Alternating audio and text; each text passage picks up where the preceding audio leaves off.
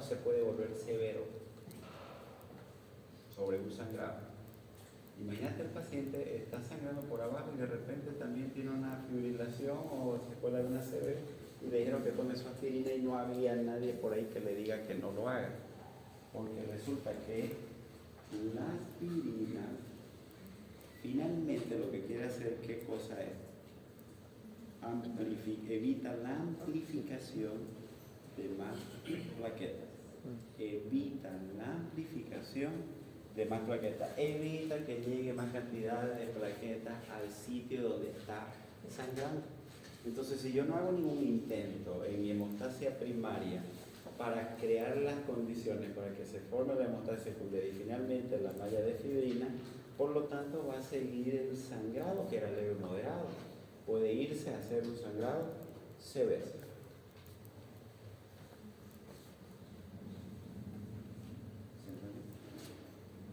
Sí. Entonces no es por el daño a la mucosa, que habitualmente vendría a ser un factor agresivo dentro de lo que son las úlceras gástricas o las enfermedades acidopépticas. Entiendo que han debido pensar por ese lado, ¿cierto? Ahora, la pregunta debería ser, si un paciente ingresa por hemorragia digestiva baja, ¿le puedo indicar omeprazol?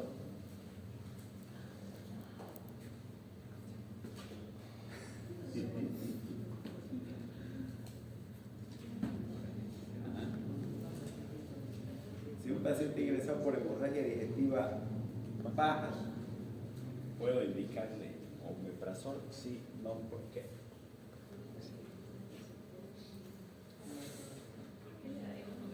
¿Por qué le daríamos omeprazol si el sangrado es bajo? Esa sería la pregunta dentro de nuestros raciocinios raros que podemos tener. La respuesta es sí, se debe dar.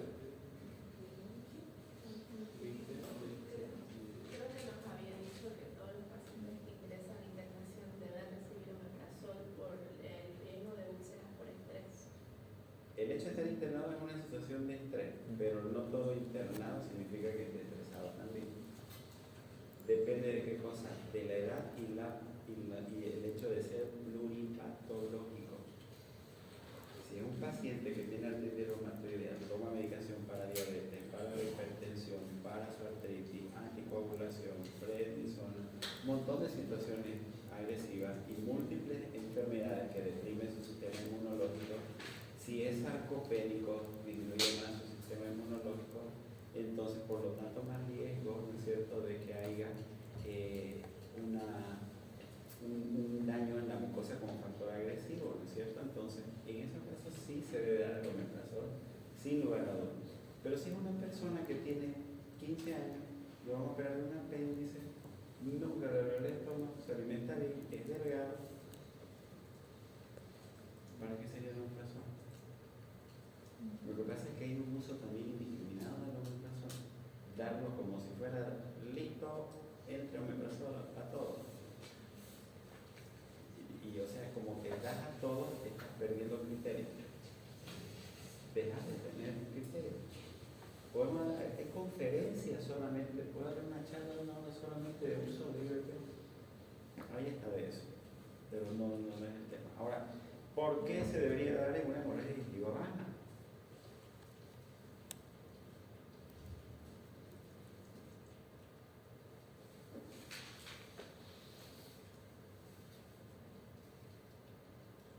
¿Cuál es el grupo de edad más frecuente de hemorragia digestiva baja?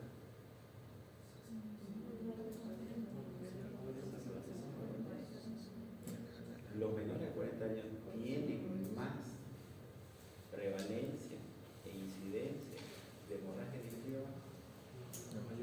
¿Qué grupo es el que viene más a la emergencia por sangrado del tubo digestivo bajo? Mayores a 60 años. ¿No es cierto? Son mayores de 60 años, será que no tienen alguna patología articular, no son polimedicados, no se quejan de dolores sistémicos, no vienen de venir consumiendo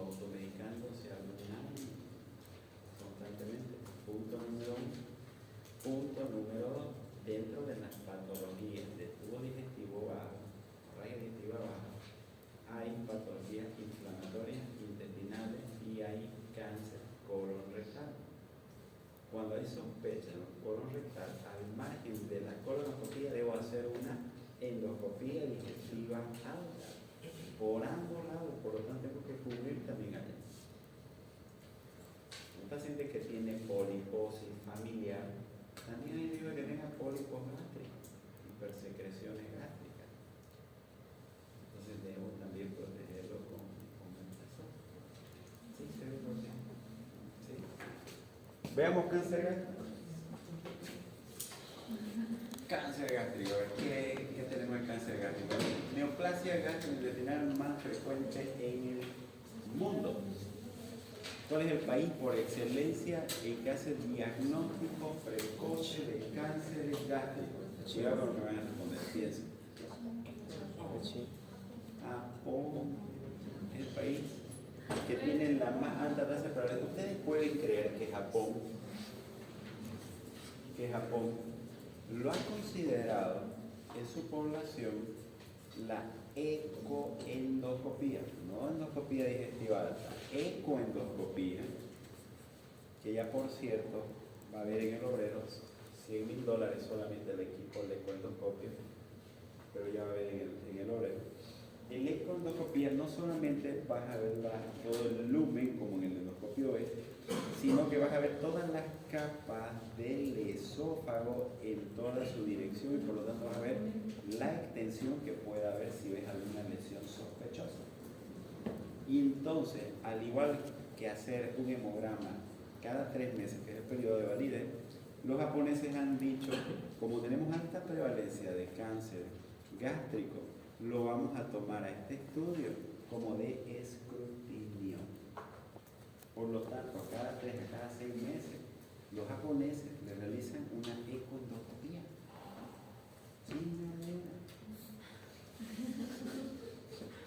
Imagínense, generalmente diagnosticados, lamentablemente en nuestro medio, bueno, el adenocarcinoma ya lo sabemos, el 5% es el más común, es diagnosticado en estadios evolutivos tardíos con infiltración más allá de la submucosa e invasión a la pared gástrica. Es lamentable. Hace unos 5 años atrás, antes del COVID, en el mes de enero, 3 pacientes en el mes de enero con cáncer gástrico terminal en mis manos. 2 que fallecieron a la semana que ingresaron y 1 al final del mes de enero. Los 3, la variedad que tenía era tipo linitis plástica, difuso, avanzado, el grado 4 de un Borman, de clasificación macroscópica del cáncer gástrico. Yo con los 3 tuve la oportunidad de conversar bien cuando ingresaron. Y uno de ellos estaba feliz porque su tercer hijito había nacido una semana antes de que se interne. Entonces se descompensó y murió a la semana. Triste por ese caso. La incidencia máxima, mira, a los 60 años, 10% se detecta antes de los 45 años, 4ª causa de muerte por cáncer a nivel mundial. Si lo vemos en tema de distribución por edad, miren, entre los 50 y 70 años está el 65%. Y podemos ir hasta el 80% si vamos desde los 45 a los 70.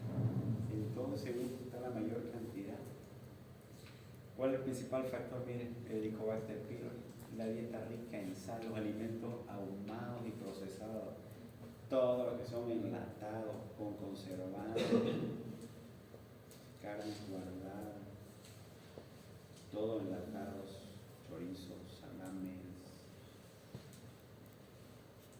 que utilizan conservantes que finalmente son nitrosaminas, todos esos productos, que lo que hacen es conservar la carne, pero que predispone más bien a través de todos esos compuestos la formación de desencadenar todo el proceso de correa. El bajo consumo de frutas y verduras, el tabaquismo, los antecedentes familiares, la gastritis atrófica y la metaplasia intestinal. Por eso es que el diagnóstico temprano mejora el pronóstico. Es la mejor forma. Tiene cura el cáncer gástrico si lo diagnosticas precozmente. ¿Sí? 85-90% de los que llegan al hospital llegan en estadio limitis plástica. Limitis plástica. 90% que llegue, o sea, cuando ya no hay nada casi que hacer. O sea, pónganse a pensar eso. Es gravísimo y cada vez se está viendo en personas más jóvenes. Wow. Miren, ¿cuál es la progresión? La historia natural del cáncer gástrico me encanta. Esto tampoco lo van a ver en ningún lado. Es inédito. La progresión relacionada con el colesterol y los factores ambientales. ¿Cuál es el factor ambiental? Le dije, tiene que haber un factor ambiental, tiene que haber una base genética y tiene que haber el helicobacter pylori. Ay, ay, ay. Dieta rica en sal y alimentos ahumados, tabaquismo, factores socioeconómicos bajos, los extractos sociales bajos, en otras palabras. Esto se resume en lo que es la agregación en realidad de Correa, ¿ya? O la cascada de Correa que se llama. La infección por Helicobacter pylori de una gastritis aguda que tiene una mucosa gástrica pasa a una gastritis crónica activa con inflamación crónica persistente, pero lo que lo vuelve realmente grave es cuando es atrófica, pierde la parte glandular, se adelgaza la mucosa y esto puede seguir 3 caminos. El Helicobacter pylori con gastritis crónica, atrófica y si la variante es predominantemente difusa histológicamente, entonces tengo 3 caminos hacia un cáncer gástrico, una úlcera gástrica o un linfoma tipo MAD. Las gastritis que están a nivel del ano, predisposición a la úlcera duodenal y también a un linfoma MAD. ¿Okay? Si lo queremos hacer un poquito más esquemático, también no lo van a encontrar en un lado de esta diapositiva. Ejemplifica prácticamente todo lo de Correa. Desde una mucosa sana, una gastritis aguda, crónica, atrófica, metaplasia intestinal, displasia, hasta un adenocarcinoma. O sea, nosotros deberíamos llegar hasta acá nomás, hasta una gastritis aguda. Todos hemos tenido algún grado de gastritis, porque todo ingresa y pasa por nuestro estómago. Todos hemos comido, tomado y bebido de todo. Todo. El tema va, la detección precoz también del Helicobacter pylori. ¿Quién me dice 2 lugares donde podemos encontrar el Helicobacter pylori? ¿Dónde habita el Helicobacter pylori? ¿Cómo llega a nuestro cuerpo?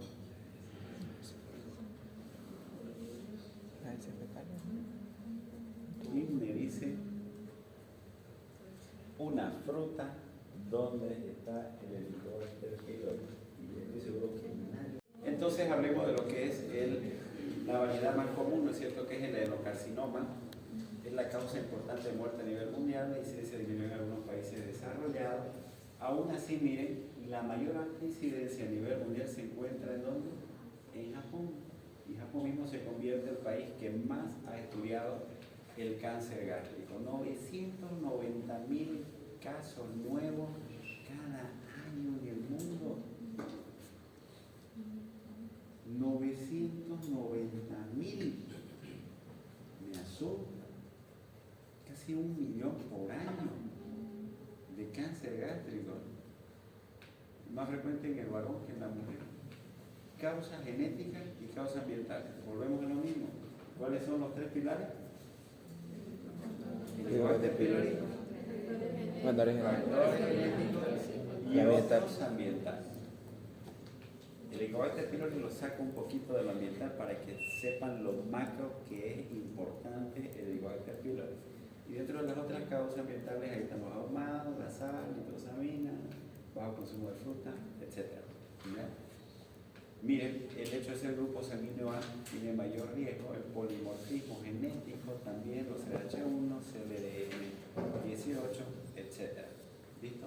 En relación a la localización proximal 39%, cuerpo por el tercio medio, sobre todo en el cuerpo del estómago 17%, distal antropilo 32% y total significa cuando abarca más de los 2/3 del estómago, solamente es el 12%. ¿Ya? Esta clasificación es importante para tener una idea de cuál es peor y cuál no cuando se hace una biopsia. En toda biopsia gástrica que se tome de una úlcera gástrica, ¿ya? O una úlcera duodenal, van a informarle esta clasificación. En todas corresponde, si es una adenocarcinoma, le van a decir corresponde a la variante Laure, de la clasificación de Laure a la variedad tipo intestinal o a la variedad difusa. ¿Listo? Entonces la variedad intestinal corresponde al 80%, son formaciones estructurales glandulares bien diferenciadas, difuso 20%. Las características en el intestinal, crecimiento expansivo, mayor presión, frecuente asociado a gastritis atrófica y metaplasia intestinal, se localiza en el antro gástrico, más frecuente mayor de 60 años, pero es el que tiene mejor pronóstico. ¿En qué género es más frecuente? Masculino. En cambio, el tipo de difusión más frecuente es mujeres. Lo siento, pero es el peor problema. ¿Ya? Esto es exactamente lo mismo, la cascada de Correa, lo que ya mencionamos en la otra lámina, solo que acá coloco también algunos otros cambios moleculares de la cascada de Correa que se presentan. Y el principal, aquello que hace de que de una gastritis crónica atrófica pase a una metaplasia intestinal, está en manos de un P53. el P53. ¿Pero qué pasa con eso? ¿Ah? Supresión. Supresión del gen P53. ¿Qué significa supresión? Sí. Que vaya a inhibir ahí a ese nivel, o que no está el gen supresor. No está. No está el gen supresor, porque si estuviera suprimiría la conversión de una gastritis crónica atrófica a una metaplasia intestinal. La ausencia, entonces ahí es uno de los grandes problemas. El segundo es un término que se llama el inicio de la inestabilidad de los microsatélites. Ya son alteraciones genéticas también.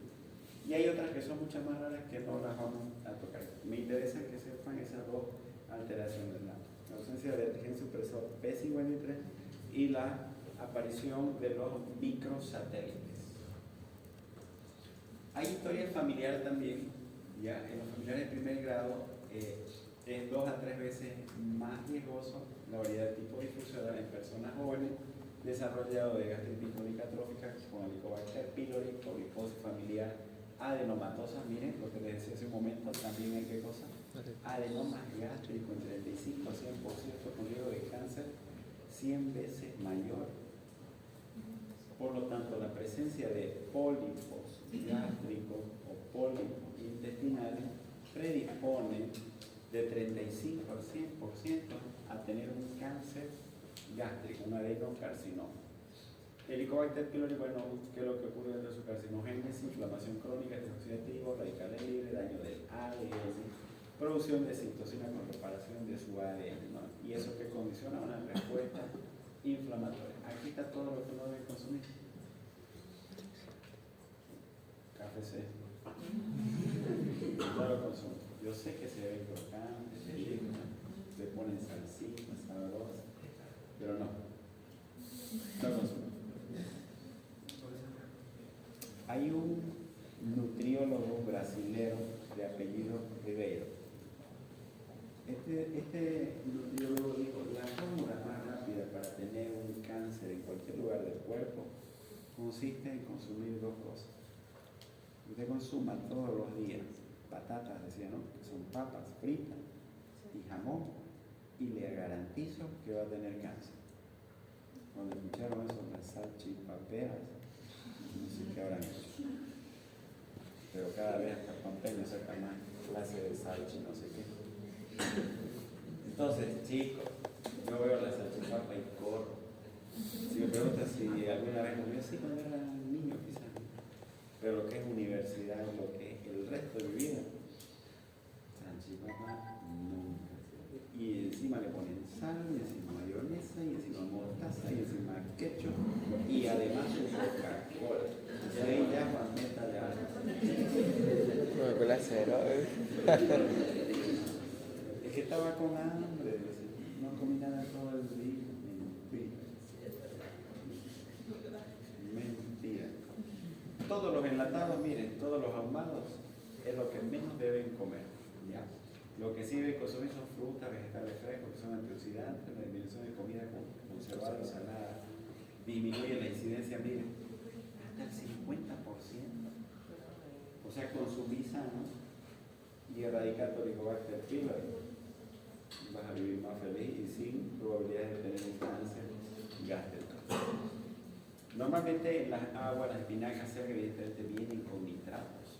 El tema va cuando a esto se agregan los nitritos que están presentes en las carnes procesadas. Ahí sí de que se convierten en compuestos cancerígenos que son las nitrosaminas. Entonces, por eso, como contrarresto toda esta formación de este ciclo, dando antioxidantes. ¿Listo? Otros, el tabaquismo aumenta el riesgo 2 veces, el tabaquismo intenso, actual, inicio de edad temprana, el alcohol es lo único que no está demostrado, pero no significa que debas consumirlo, por si acaso. ¿Ya? Otras lesiones premalignas, gastritis crónica atrófica, metaplasia, displasia, pólipo, ojectomía, menestrusia gástrica. Miren, úlcera gástrica es una lesión premaligna de cáncer gástrico. Una metaplasia, una displasia. Son lesiones premalignas que están cerca de volverse en un cáncer gástrico si uno no hace absolutamente nada. Entonces la displasia, miren, una displasia leve puede ser todavía reversible en 60% y solamente 10 a 20% progresa al año, progresa a alto grado, perdón. El tema de las displasias bajo, mediano, alto grado. Control endoscópico cada 6 meses. ¿Listo? La displasia severa rara vez regresa y 75 a 100% progresa a cáncer en los 2 años. El cáncer gástrico temprano por 150 adyacente a displasia de alto grado, 40-100%, y cáncer avanzado obviamente ya ha habido displasia severa en 5-80% todos los casos. Displasia leve moderada se debe vigilar con una, lo ideal no es solamente la videoendoscopía digestiva, es la ultrasonoendoscopía. Es lo ideal. Ahora, ¿cuál es la clasificación del cáncer gástrico? Hay dos: cáncer gástrico temprano, cáncer gástrico avanzado. El cáncer gástrico temprano está limitado a la mucosa, la submucosa, pero ya no a la muscular propia, como sin presencia de ganglio linfático. Mucosa y submucosa. Y hay de 3 tipos. Tipo 1 es polipoide, tipo 2 tiene 3 subvariedades: el sobrelevantado o elevado o levantado, el 2B que es plano, el 2C que es deprimido y el tipo 3 que es ulcerado.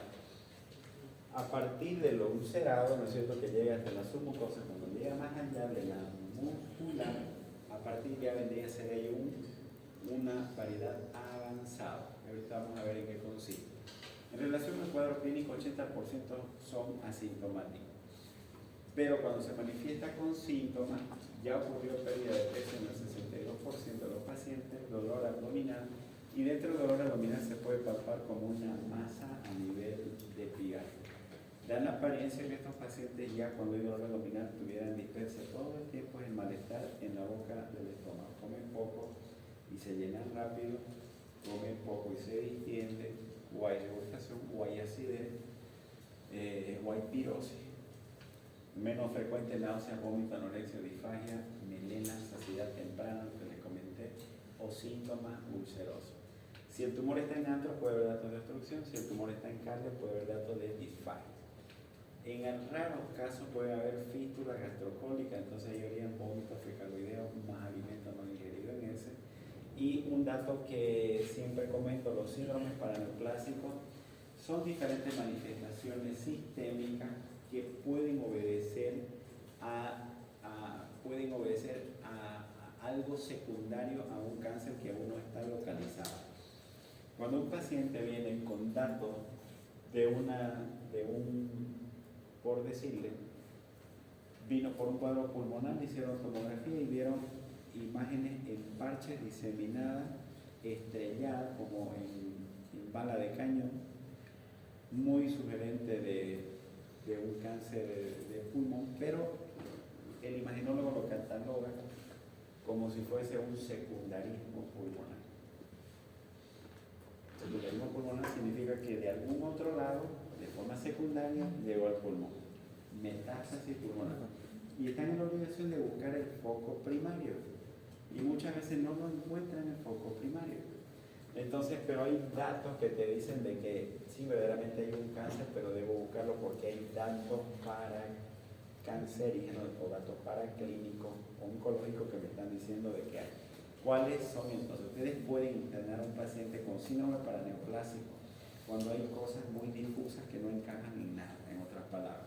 Tromboflebitis, neuropatía, síndrome nefrótico, coagulación transversal, dermatosis, prurito, acatosis, liria, tiene de todo por todos lados. No encaja en absolutamente nada la combinación de todo esto. ¿Ya? Están en la obligación de buscar un cáncer en algún lugar del cuerpo. El examen físico actualmente es normal, puede estar caquético, con la construcción, algo que le decía un tumor epigastrio, puede haber hepatomegalia, citis o edema. Y esto que me encanta, pero que tienen que saberlo porque estoy en pregunta de examen, son los nombres en los sitios donde actualmente puede haber metástasis. Si encuentran una masita o una nodulación a nivel umbilical, se lo denominó el nódulo de la hermana María José. No me pregunten. Hermana María José, ¿por qué no fue Juana? ¿Por qué no me digan? No sé. Ovario de Krukenberg, como fue que lo descubrió, ¿no es cierto? Si se encuentran imágenes compatibles, ¿no es cierto?, con lesiones metastásicas, infiltrativas, el fondo de saco de Douglas, vesico rectal, adenopatías supraclaviculares, izquierda o derecha, ya no es solamente el lado izquierdo, ya lo saben eso, ¿no es cierto? Es el ganglio de Bishop, es compatible igual con una MTS, gangliola de un cáncer gástrico, o adenopatía axilar izquierda, llamado un nódulo de Irish o masa tumoral al tacto rectal, nódulo de Blumen. Los lugares más frecuentes de metástasis al 40%, luego pulmón, peritoneo, médula ósea, menos comunes, riñón, vejiga, cerebro, hueso, corazón, tiroides, suprarrenal y piel. ¿Listo? Bueno, dentro de las causas más definitivas, las probables, las posibles y las cuestionables, que como factores de riesgo ya vimos, ¿no? El helicóptero pílori, gastritis crónica trófica, metaplasia intestinal, la poliposis hereditaria, la podgastrectomía, ya o familiares de primer grado con antecedentes de cáncer gástrico son los principales factores de riesgo asociados. El diagnóstico ya les mencioné, lo ideal, si me preguntan, si les pregunto a nivel mundial cuál sería el estudio número 1 para diagnosticar un cáncer gástrico temprano, una ecoendoscopía, de lo que decimos en nuestro medio, al menos una endoscopía digestiva alta, ¿ya? Ya no son endoscopías de elección, siempre se toman biopsias de 6 a 8 bordes y base de úlcera. ¿Ya? La recomendación que se haga es la endoscopía digestiva alta en mayores de 45 años que tienen dispersia reciente, inicio y en menores de 45 años con datos de alarma. Los que no tienen signos de alarma pero prueba de Helicobacter pylori, tratamiento de erradicación o tratamiento antisecretor con Helicobacter pylori negativo, o si continúan debe hacerse igual la endoscopía digestiva. Antiguamente, bueno, hace unos años atrás, sus compañeros, había en las guías 2018-2019 sobre Helicobacter pylori donde decían en relación al Helicobacter pylori de que si no tiene síntomas el paciente que no se erradique, hasta puede ser cuestionable si tiene con Helicobacter pylori, pero está en la guía, eso es lo que dice la guía. Actualmente la presencia del Helicobacter pylori erradique. Ha cambiado. Todo el Helicobacter pylori, aunque no tenga síntomas, sea un hallazgo casual, se debe erradicar. Bien. Bien, esto lo pasamos, sacamos. Diagnóstico, bueno, laboratorios, estudio avanzado y anemia, disproteinemia, prueba de función hepática están alteradas y MTC hepática, marcador del C19-9 o el antígeno carcino embrionario. El aumento del C19-9 a 80 eleva la especificidad hasta el 100%, esto habitualmente lo normal 5, 10, hasta 15 unidades por ml.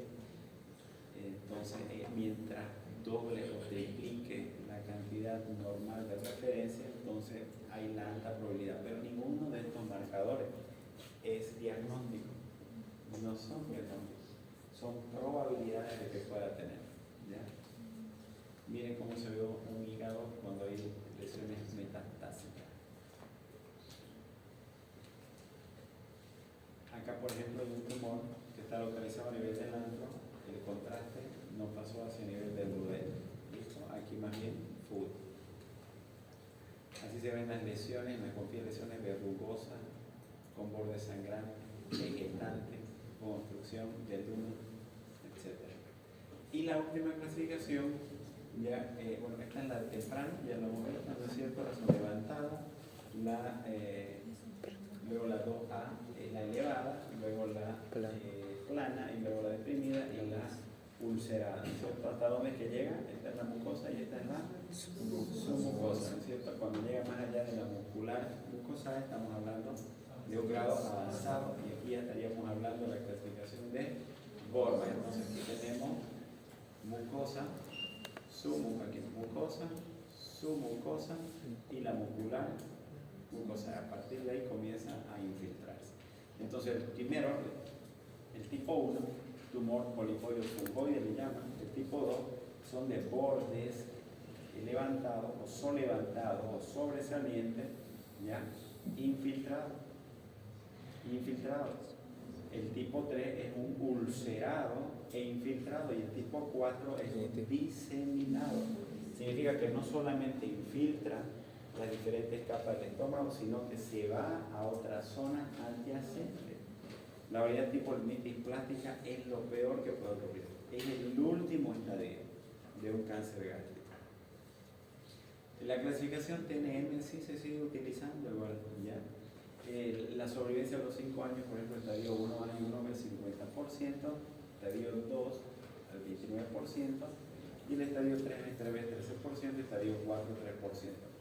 Pero no me interesa tanto que sepan esto, me interesa que sepan hasta qué estadio se puede hacer un tratamiento de resecabilidad quirúrgico.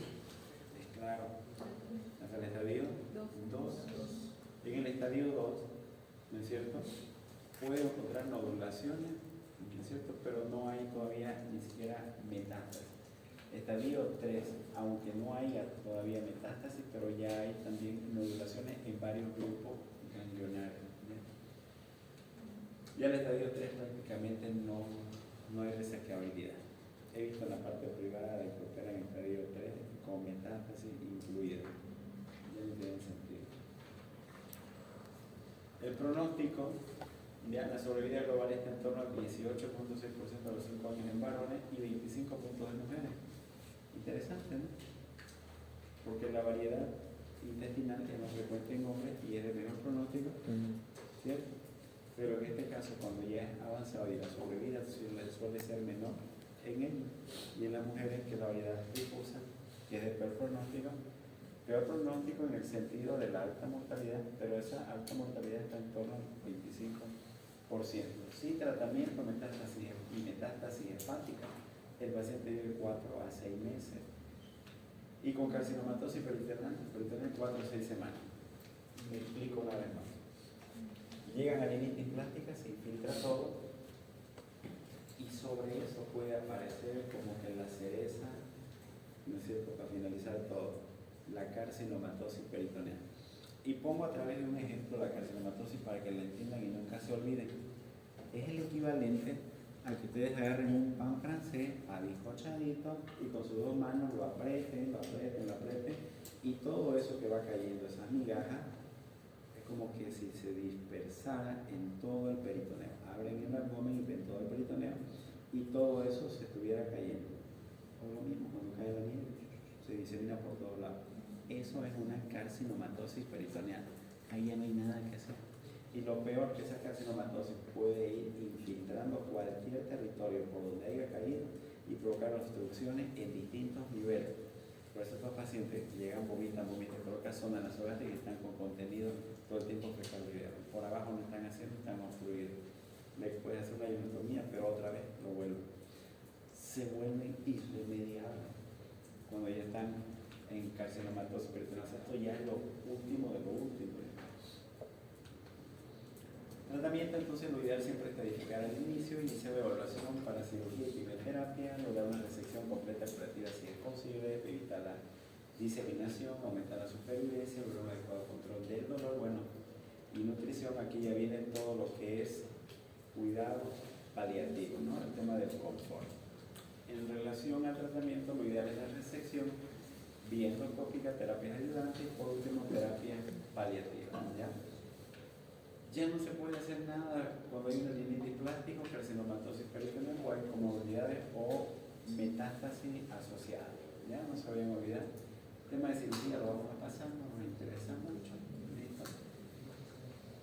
La terapia paliativa hay muchas maneras, puede haber una gastroenteroanastomosis, gastrostomía y ionostomía, dependiendo dónde sea la lesión. Si están en el antro, la lesión tumoral, de nada te va a servir la sonda nasogástrica o un botón gástrico, tienes que hacer una yeyunostomía para alimentación.